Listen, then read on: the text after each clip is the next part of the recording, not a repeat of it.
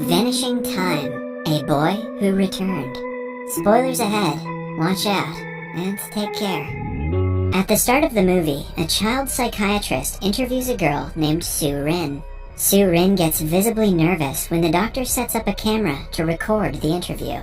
She asks her to recite her story from the beginning. Sue Rin starts by saying that her mother married Do-kyun some years ago. Soon after the marriage, her mother passed away, and since then, Sue Rin has been living with Do-kyun. He is appointed to a construction site on a ruler island named Hwano, so the two have to move to the island. Since her mother's death, Sue Rin has never truly been happy. She doesn't talk much and isn't fond of her stepfather. She is enrolled in a new school on the island, where she has the opportunity to make many friends, but even then, she prefers staying alone. Her stepfather has to work overnight as the chief of a tunnel construction site. Because of the explosions that take place during the construction, the inhabitants of the island are forbidden from entering the construction area. One night, Sue Rin goes through her phone and reads comments on her blog about a wormhole. When her mother died, Sue Rin wanted to run away from the world, and while researching ways to do that, she started to gain interest in wormholes, supernatural beings, and so on. She talks to people on the internet about such topics, even on the school's computer. She accidentally leaves her computer open, which allows her classmates to read her comments and make fun of her. While returning home, Sue Rin meets a boy named Sung Min who lives in an orphanage. Sung Min introduces himself and tries to befriend Sue Rin, but she ignores him. The next day during lunch, Sue Rin comes across Sung Min and his friends talking about her blog on the wormhole. Sung Min claims to have entered another dimension after reading it. That day, Sung Min follows her as she is walking home. On being called out, he says that he believes everything that she has written in the blog. Out of their shared interest in supernatural processes, the two become friends. Sue Rin has developed her own alphabet to communicate with Sung Min in secret. They begin to use it daily to leave each other notes in Sue Rin's diary. Every day after school, they go around town looking for ghosts. In one of such expeditions, Sung Min brings Sue Rin to an abandoned wooden house in the forest. They explore the house and talk for a long time while carving on wax blocks. Sue Rin has started to fall in love with Sung Min. She kisses him out of the blue, making him flustered. One day, Sue Rin finds Sung Min and 3 of his friends planning to go to the construction site to watch the explosions. She joins them, and the kids make their way through the woods, so the grown-ups won't see them. When they cross the fence to the site, one of the kids chickens out and runs back home. That kid will probably go to university someday. The other 4 hide behind a cliff, waiting, but are disappointed when no explosions take place. While walking through the forest, they come across a tiny cave. They decide to explore it, and go inside one after another. Eventually, they come across a bright glowing substance submerged in water at the end of the cave. Sue Rin assumes that it is a meteoroid. Sung Min takes it upon himself to dive into the water and bring the substance out. On being brought out of the tunnel, the thing stops glowing. The kids notice that it looks like an egg. One of the guys named Tai Shik claims that the egg might belong to a time goblin. Whatever Tai Shik is on, I want some. His grandfather had once told him that on full moon nights, a cave appears in the mountains where the time goblin lives. Whoever goes into the cave will come out as an older person. The other kids do not believe him, since they didn't age. Sue Rin discovers that her hairpin, which was a gift from her mother, is missing. She goes back into the cave to look for it as the guys guard the egg. She finds her pin, but also notices that the glowing egg is back in the water. Confused, she comes out to see that the egg has broken and all of her friends are missing. She looks for them all around the forest until it gets dark. She is eventually lost in the woods and has to stay the night. The following day, a police force looks for the kids in the woods. Detective An is made the head of the investigation. Soon, the police find Sue Rin unconscious in the woods. Fortunately, she is alive and well. In the hospital, the detective asks her what happened to the other guys, and she tells him everything about the cave and the glowing egg. The detective and the adults do not believe her story. She even takes them to the forest to show them the cave, but cannot find it. It is almost as if it disappeared after the full moon night. Then, the detective is informed that the corpse of one of the missing boys, Jae-wook, has been found underground on a beach 20 kilometers away from the town. It is revealed that the cause of his death was an asthma attack. Since someone had to bury him underground, the case turns from missing person to kidnapping. Weeks pass after the incident, but the other 2 boys are not found. Without Sung-min, Soo-rin reverts to her old introverted self. She too is as confused as anyone, but no one believes her when she says the truth. One day, she hears a noise from outside her house. On checking, she sees a man running to the woods. She follows him and enters deep into the forest. After a few minutes of running, she falls to the ground and the man also stops. He approaches her and looks at her in fascination as Soo-rin freezes in shock. The man speaks for the first time and claims that he is Sung-min. Upon hearing his name, Soo-rin comes out of her shocked state and runs away, crying. She ends up in front of Do-kyun's car and hastily tells him about the man. The police are informed about the incident, and they start searching the woods to look for the man, assuming that he is the kidnapper. Detective An asks Soo-rin about the man, and she reveals that he was pretending to be Sung-min. The policemen do not find the kidnapper, but they get their hands on Soo-rin's diary that she and Sung-min used to leave notes for each other.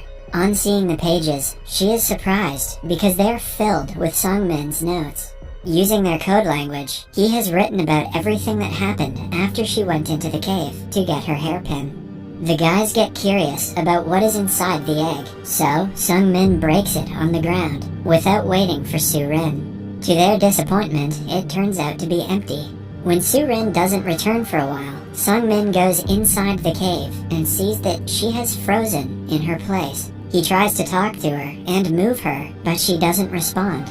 Moments later, he notices a drop of water levitating mid-air. He comes out of the cave and looks upwards to see that the birds have also frozen in the air. The boys go to the town and see that everyone, including their families, have paused. This makes them realize that time has frozen for everyone, except the 3 of them, meaning that they can do anything they want. For the first few days, they are on top of the world. They eat and drink whatever they like, sleep whenever they want to, and play around the entire day. After a month or so, they get bored, so they decide to leave the island and go to another city to see if they are actually the only people on Earth who can move. However, their plan is spoiled when they realize that the water in the ocean has also stopped flowing, which means that the boat will sink. Back in the present, Soo-rin registers that the man who approached her in the woods was in fact Sung-min. She stops reading, as now getting the police away from him is her first priority.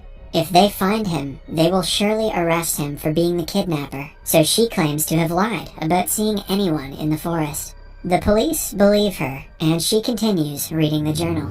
Many months later, the guys start to live inside a tent in the mall. Jae-wook's health gets worse by the day because he has asthma and his inhaler stops working. One night, he suffocates and slowly passes away in front of his friends. Sung-min and Tae-shik are devastated. With a heavy heart, they bury their friend's corpse under the ground on a nearby beach. After dying, Jae-wook's body also pauses like the others. 5 years pass, but the world remains the same. The guys have now grown into teenagers. Although they have been living in isolation for so many years, they still hope that someday the world will go back to normal. Sung-min believes that when they turn 20, their time will resume. They steal a little bit of money from everyone to be rich when that happens. However, even when they turn 20, nothing changes. They slowly begin to lose hope and start to live in the wooden house in the forest. One day, the isolation gets the best of Sung-min. In a scene straight out of my COVID diaries, he screams and yells for it all to stop. Tae-shik witnesses this from afar and loses all hope. Some days later, Sung-min notices that the moon's shape is changing, meaning that the world is about to resume course. He goes looking for Tae-shik, but doesn't find him anywhere. He searches for him throughout the island and eventually reaches the last cliff. There, he discovers Tae-shik's clothes on the ground and registers that his friend has jumped into the water to commit suicide.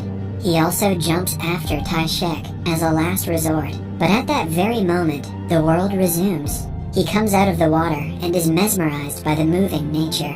After reading the journal, Soo-rin runs to the wooden house and finally sees her friend. They decide to tell the story to the world, but are unsure if anyone will believe them. Meanwhile, CCTV footage shows the police that Sung-min is in the woods. They believe he is the kidnapper.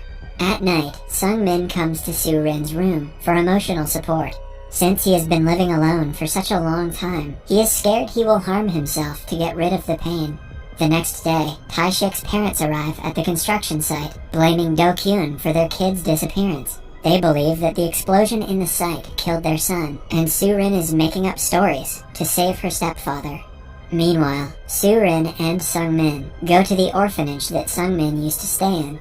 Soo-rin explains everything to the warden and comes outside to call Sung-min. However, she is dragged away by her father just then. Sung-min approaches his mother-like warden and tells her everything he used to do as a kid. She is shocked, but she still doesn't believe him.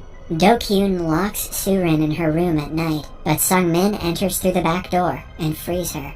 Together, they run away from the house to decide what they should do next. Soo-rin remembers seeing a second egg in the cave. She suggests she uses the egg and returns as an adult to prove to the others that Sung-min is innocent. However, Sung-min is against the idea because he knows how difficult it is to live in isolation. He would rather be named a kidnapper than let her go through what he felt in the past years. Do-kyun sees that his daughter is missing and figures she went to the wooden house after finding a picture of her and Sung-min on her phone. He goes there at night, attacks Sung-min, and tries to take Soo-rin back home, but Sung-min knocks him out and runs away with her. The next day, the police investigate the wooden house and believe that the kidnapper is manipulating Soo-rin by making her believe he is Sung-min. The news about Soo-rin's disappearance is on TV, so the police soon find the two. A chase ensues between them and the police, when Soo-rin turns herself in to save Sung-min. Before separating, she asks him to meet her at the cave. Detective An tries to make Soo-rin understand that the kidnapper is lying to her, but she doesn't believe him. She makes an excuse of wanting to go to the bathroom and runs away to the cave. She brings the glowing egg out and hands it to Sung-min, but he refuses to return it to her because he doesn't want her to use it. He is about to turn himself in and take the blame for killing his friends. He runs away into the woods as Soo-rin follows him. At the same time, the police arrive and chase them. They stop at the edge of a cliff. An officer grabs Sung-min and pushes Soo-rin off the cliff in the process. The detective helps Soo-rin, but ends up hanging off the cliff with her. Sung-min tries to save them, but before he can, they both fall back. In order to save them, Sung-min breaks the egg again and stops time.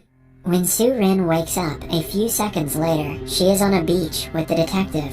She realizes what Sung-min has just done. Although it has only been a moment for her, for Sung-min, it must have been another decade. She is then taken back home. While eating dinner, she apologizes to her father for everything she has done and calls him Dad for the first time. The detective comes to inquire how they survived the fall. Soo-rin doesn't answer, but he figures out that she was telling the truth this entire time. He suggests she give a false statement to the media and say that the kidnapper had manipulated her. This way, the people who are accusing her of killing her friends, along with the kidnapper, will be proved wrong. Soo-rin is finally done telling her story to the psychiatrist. She is left stunned after listening to it all and wants to write a book on it. Some months later, Soo-rin is moving to a different city for high school. Before leaving, she meets the psychiatrist who gives her the book which has now been published. So much for doctor-patient confidentiality. On her way to the ferry, Soo-rin sees Sung-min through her car window and runs to meet him, but finds no one. But, sometime later, the two meet on the deck. The movie ends as they started.